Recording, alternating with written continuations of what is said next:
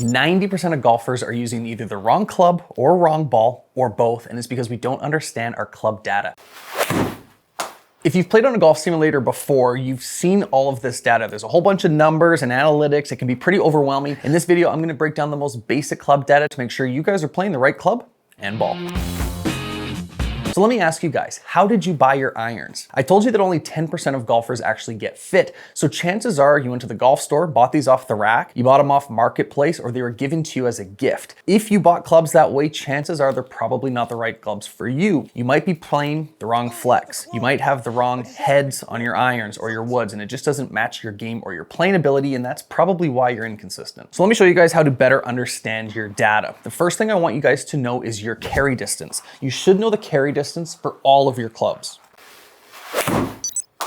I'm hitting my 8-iron. My 8-iron should carry between 170 and 180 yards. My 7-iron carries between 185 to 190 yards. There should be, on average, 15-yard gap between your irons. So when you start looking at club data, the first thing I want you to really understand is your carry distance for all your clubs. I know a lot of golfers that say they hit their 6 and their 7-iron the exact same distance. What could have happened is over time, your lofts could have been affected. You might have hit a rock or just a lot of repetition on your clubs can affect the loft and lie on your clubs. I will let you in on a bit of an industry secret. Even brand new clubs, if you just bought brand new clubs, they're out of the box, I will still check the lofts to make sure that they are what they should be. You can take them to a pro shop, to a golf store, and they can check them to make sure that all of the lofts are correct. If we have inconsistent lofts, we're gonna have inconsistent carry distance. And to be a good golfer, we wanna have consistent carry distances. The next stat we should be looking at is club head speed. This is how fast we are swinging the club, and that directly correlates with what type of shaft and stiffness we should be playing. It'd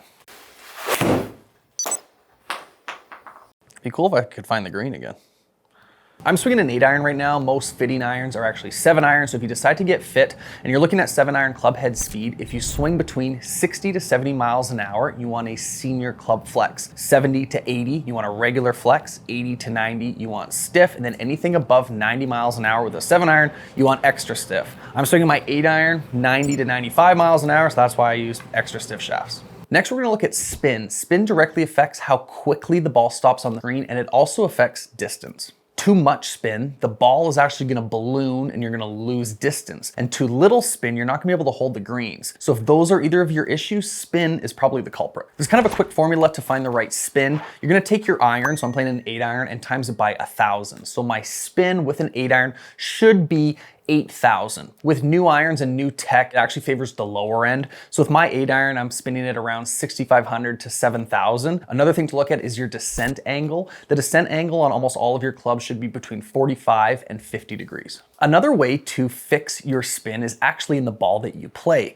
If you're someone that is spinning the ball a lot, you might want a low spin ball. That's me. I spin the crap out of balls. I use a low spin ball. So a low spin ball would be something like a TP5X or a Srixon Z-Star Tour. If you're someone that doesn't get enough spin, you might want a high spin ball, so that would be a Pro V1X or a TP5. Let me show you even on the simulator how a ball can affect the spin.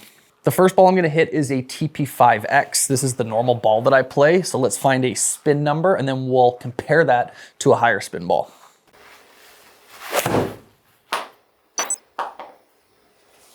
I think adrenaline got the best of me on that one. Hit that pretty good. It went pretty far, but the spin was 6,900. So 6,964 was the spin. Now let's hit a higher spinning ball and see what that spin number is.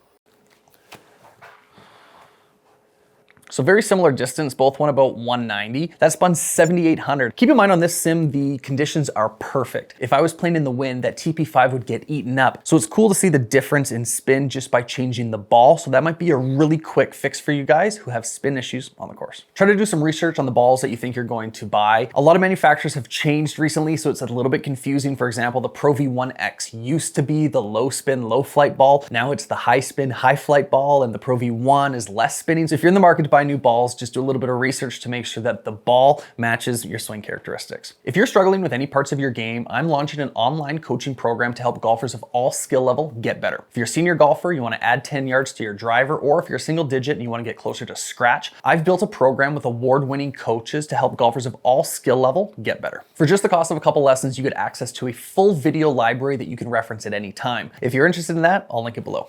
Now, let's start talking about driver. Everyone I talk to wants to hit the driver further. Let's go back to spin really quick. The ideal spin with your driver is between 2,000 and 3,000 RPM. If you get on a simulator or a launch monitor, you hit your driver and your 4,500 spin, you are losing so much distance. Similar to your irons, if you have too much spin, the ball's gonna balloon, it's gonna fall out of the sky, you're gonna get no rollout. If you have too low spin, the ball's just gonna kind of knuckle and you're not gonna get the maximum distance. That's why we really need our drivers to be in that ideal 2,000 to 3,000 RPM window. Much like irons, let's look at our shafts again. If you are swinging 85 miles an hour or less, you need a senior shaft. 85 to 95, you want a regular shaft. 95 to 105 is a stiff shaft. And anything over 105, you're gonna wanna be looking at an extra stiff shaft. Very similar to our irons, if we have the right shaft, we're gonna get much better distance out of our drives.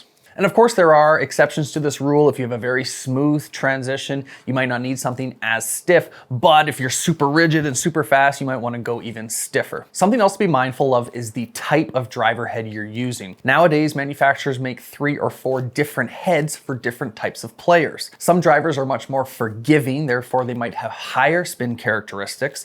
Other drivers are less forgiving, but they're built for distance, therefore lowering the spin. So if you're someone that already has really low spin and you're playing a low spin driver head, you're not getting the maximum potential out of your driver. Vice versa, and if you do have really high spin and you're using a max forgiveness driver, your spin again is going through the roof. There's a lot of options in your club head, so now it's up to you guys to do a little bit of research on the driver head that you're playing. Now this stat is probably the most surprising golf stat out of everything we've talked about, and it's what's gonna help you hit it 20 to 30 yards further, and that is your angle of attack. Here's some really quick, just basic golf coaching for you guys. With irons, we wanna be hitting down on the ball, but with driver, it's actually the opposite. With driver, we wanna be hitting up on the ball. So when you're looking at your angle of attack, you want a positive angle of attack to make sure you're maximizing your distance. Let me show you the difference. The first one I'll hit down on it, we'll look at my distance. The second one I'll hit up on it, and we'll see what the distance difference is, okay?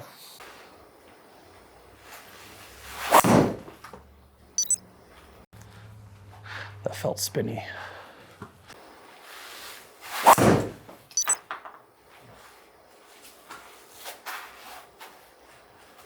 With my first driver test, I hit 3.9 degrees down, and on the second one, I hit 1.2 degrees up. Now let's see how the ball characteristics differ. The first drive where I hit down on the ball, it carried 254. The next driver that I hit up on it carried 304. So 50 yards difference I'm getting from hitting down versus hitting up. That also affects the total distance, 286 versus 322. Which drive would you rather have? Start hitting up on the ball. Now, a lot of launch monitors don't give you all of this club data, and that's why I'm using this foresight for this test. So if you have a launch monitor or you don't have a launch monitor and you're wondering, well, how do I know if I'm hitting down on my driver? Here's a really quick, easy drill that you can use to see if you're hitting down on your driver. So what you're gonna do is you're gonna take your head cover from your driver and you're gonna put it down in front of the ball. So you wanna put it about maybe a foot in front of the ball. This way, when you tee it up, you have to hit the ball over that head cover. If you're hitting down on it, you're gonna hit either the ball or your club on this head cover. This is a really easy drill to help you hit up on the driver.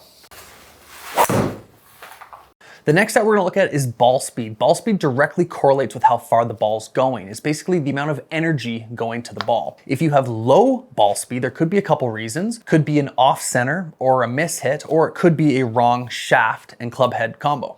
To maximize your ball speed, you really have to be hitting the center of the club face. Sometimes swinging your hardest, swinging out of your shoes might not actually maximum your distance because you're hitting it on the toe or the heel and you're just not hitting it in the center. I would focus more on hitting the center of the club face than swinging out of your shoes. There's a really good way to find out where you're hitting the ball if you can't actually see it on your club face. You can get like a shoe spray or foot spray, spray it over your club face, take it to the range, and you'll actually see the imprint on where you're actually hitting the club face. That's a really good way to find out where you're hitting it. I'm gonna throw up a chart really quick so you can see the optimal club head speed with the launch angle so you have a better idea where you fit on this chart. If you guys are finding any of this information valuable, now's a great time to save this video. You can reference it at any time. And if there's anything that I missed and you wanna see more videos of, just comment below. The next data point I want to talk to is smash factor. Smash factor is how efficient you're hitting this ball. It's directly correlated with your club head speed to your ball speed. So if your club head speed is 100 miles an hour and your ball speed is 150 miles an hour, you have a 1.5 smash factor, which is as efficient as it gets. And that's just for driver. Looking at my last drives, I was 144, 146, 144, so I was pretty consistent. I haven't been swinging a ton today, so it could get better. There's a lot more club data that I could get into, but if you're enjoying club data, this is my driver. This is the TaylorMade QI10, last year's TaylorMade driver. And in this next video, I compare it to the brand new QI35. See you guys.